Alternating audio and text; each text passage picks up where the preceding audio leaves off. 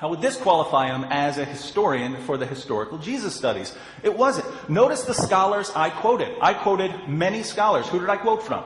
I quoted from world-renowned, non-Christian biblical scholars, New Testament scholars, and historical Jesus scholars, to show that even people who radically disagree with me at least agree with me on this point. He appeals to people who have no background in historical Jesus studies. He says that the idea came from Paul. The idea of Jesus' death came from Paul. So what in the world was Paul converting to? We know Paul converted to Christianity. So let me get this straight. You had Jesus followers going around preaching nothing. They just were going around preaching something. We have no clue what. Paul came in, converted to whatever it was they were preaching, and then convinced all of Jesus' disciples that he died on the cross with no evidence whatsoever. And then these people went out and were willing to die and be martyred for their claim that Jesus died on the cross, which Paul somehow tricked them into believing. Again, this is tough, and I would say, given the standard Muslim view, the most common Muslim view, you can't blame Paul. You have to blame God. God did this. God's the one who tricked everyone into believing this, not Paul. He appeals to Paul, where Paul says, I caught you by trickery. I would suggest reading this in context. Paul is sarcastic throughout there. Whenever people are constantly criticizing Paul, saying, you're just catching them by trickery, you're just doing this, you're doing that, and he says, and you crafty fellow, I just caught you by trickery. This is clear from the text. Paul uses this constantly. If you don't like sarcasm, then you probably won't like Paul, but Paul is extremely sarcastic in pretty much every book. He says, there's the Jewish mode of crucifixion, which is being hanged on a tree. This was the Jewish way of referring to crucifixion, and they use it interchangeably. They use being crucified with being hanged on a tree. And there's no problem here. There's no contradiction. The Romans that's completely consistent with the Romans taking the crossbar and putting it up on a tree for crucifixion. So I don't see the point here. He says we need to get to the heart of matter. Mark 14, Jesus prays for death to be taken away from him. Read a Bible. Is that what it says? Does it say, I pray for death to be taken away from me? Not at all. That was a misquotation. Jesus prays for this cup to be taken away from him. And according to Christianity, what was about to happen? Jesus was about to have all the sins of the world placed on him. That's what that's referring to. It has nothing to do with death. He refers to Hebrews 5:7, where it says that Jesus prayed to be for God to rescue him from death. And therefore, this must mean, since it says his prayer was answered, that Jesus didn't die. Here's a principle I use. Never sacrifice the clear for the sake of the unclear. Saying that Jesus would be rescued from death can have two possible interpretations. One, that he would be rescued from dying, and two, that he would be rescued from death. He's died, now he's in death, and then he's going to be rescued from it. So there are two possible interpretations here, as there are from all of the other biblical examples of the text, including the sign of Jonah. There are multiple interpretations of these. He said, well, Jonah was alive. Great, but what was the point of the analogy? The analogy was, once Jonah goes into a fish, he's not coming out. He's not going out, but God miraculously brings him out. What's the sign of the resurrection? Once you go into death, you're not coming out. You're not coming out, but God miraculously brings him out. So this is open to multiple interpretations. So what do? If something is unclear? Well, you go to clear passages, and we have them over and over and over again. Over and over, Jesus says, I'm going to die, I'm going to die, I'm going to die. Over and over again, it says, Jesus died, Jesus died, Jesus died. Then the disciples go out saying, by the way, Jesus died, Jesus died, Jesus died, over and over again. And the Muslim says, who cares what all those passages say? Let's just take these unclear verses with our interpretation that we're reading into the text.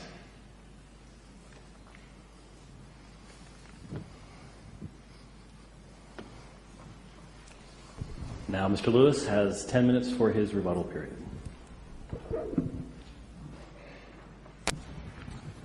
Can you hear me? Good. Okay, well, let's start off with this last point. Now, first of all, I didn't say that that we don't know what Allah is saying in Surah 4, verse 57. I gave you the different interpretation and points of view of it. But you notice you're a hypocrite. Because now you just admitted that you're not sure what Hebrews chapter 5, verse 7 is. Didn't you hear him? Well, that can have two different interpretations. So, please, don't be hypocritical. And then he said the same thing about the sign of Jonah. Well, that could have different interpretations. So you're saying you don't know either. You're not sure or certain about that point either, from your own scriptures. Okay? Now back to the matter here. First of all, as I just said, I mentioned these other things in the Gnostics just to show you that there were different points of view. I'm not saying I'm resting my case on that. In fact, if you heard me, you know I didn't rest my case on that. I made my case clear on the evidence that I gave from the scriptures about the sign of Jonah. I just showed that there were other ideas floating around out there, and that was my point. Okay? Well, let's see. He attacked the sources. Doesn't matter. Okay?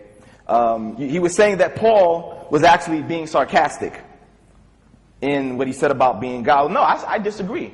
Because if you look in 1 Corinthians chapter 9, verse 16 through 23, he's showing that he pretended to be certain people in order to catch people. Read it what it says. It says, "For though I be free from all men, yet I made myself a servant unto all, that I might gain the more. And unto the Jews I became as a Jew, that I might gain the Jews. To them that are under the law, I came as under the law, that I might gain those under the law." Yet Paul, we know that Paul, in his other writings, says that the law is no more, that Christ was the end of the law, that you're justified by faith without works of the law. So he's telling, yeah, I pretend like to be the Jew to catch the Jew. I'll act like these people to catch this. Those who are under the law, I'll, appeal to them so I can catch the people under the law. So that's not sarcasm. Okay? Now, again, I'm basing my argument on the sign of Jonah. Okay? He says, as Jonah was. It's conditional there. Right? As Jonah was. He will be as Jonah was. We already went through it. Everybody agreed with me. Jonah was alive the whole time, through the whole ordeal. Okay? Now take that back to what I gave you from the Quran, where Allah said that it would appear to them so. So if you connect that with the sign of Jonah, it would appear that Jonah would have been dead. You know the story. He was thrown into the raging water. People looks like he's going to die from drowning. The big whale gobbles you for sure. Oh man, looks like Jonah's dead now. The whale swallowed him up. He's in the whale's belly. Everybody assumes, you have to assume, first of all, scientifically, he's dead. He's been swallowed. You're not going to be able to breathe inside the belly of a fish or a whale. We look, he's dead. So it appears that Jonah was dead. But he comes out alive through the whole ordeal. Jesus said again, as Jonah was, so shall the Son of Man be, or so shall I be. Right? So, therefore, we can see that coming into play, that it appeared that he was dead. You see? Now, let's go further, since I'll use the rest of my time to finish my argument.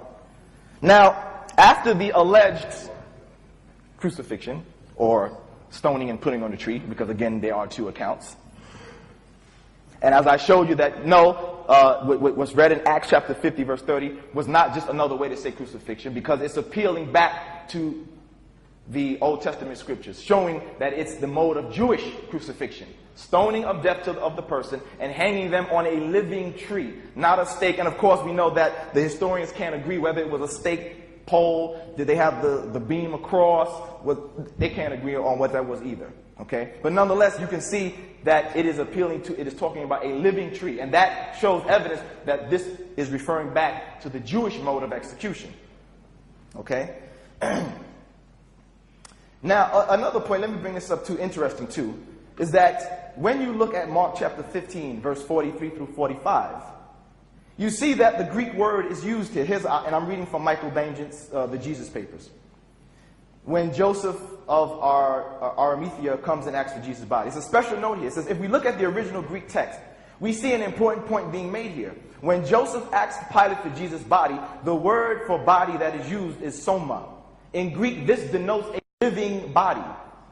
When Pilate agrees that Joseph can take the body down from the cross, the word that is used is, excuse my pronunciation, phthoma. It's a different spelling. Okay? So we see that this means, this other word, phthoma, or thoma, means a fallen body, a corpse or a carcass. In other words, the Greek text of Mark's gospel is making it clear that while Joseph is asking for the living body of Jesus, Pilate grants him what he believes to be the corpse. So it appears that whoever the writer of Mark, whoever wrote, they don't know, they can't tell you exactly who wrote it, but whoever wrote it, it appears that the Jesus survival is revealed right there in the actual gospel itself, based on the words, because those words are clear. If Joseph was asking for a dead body, there's a clear Greek word that denotes a dead body, as I showed here. But the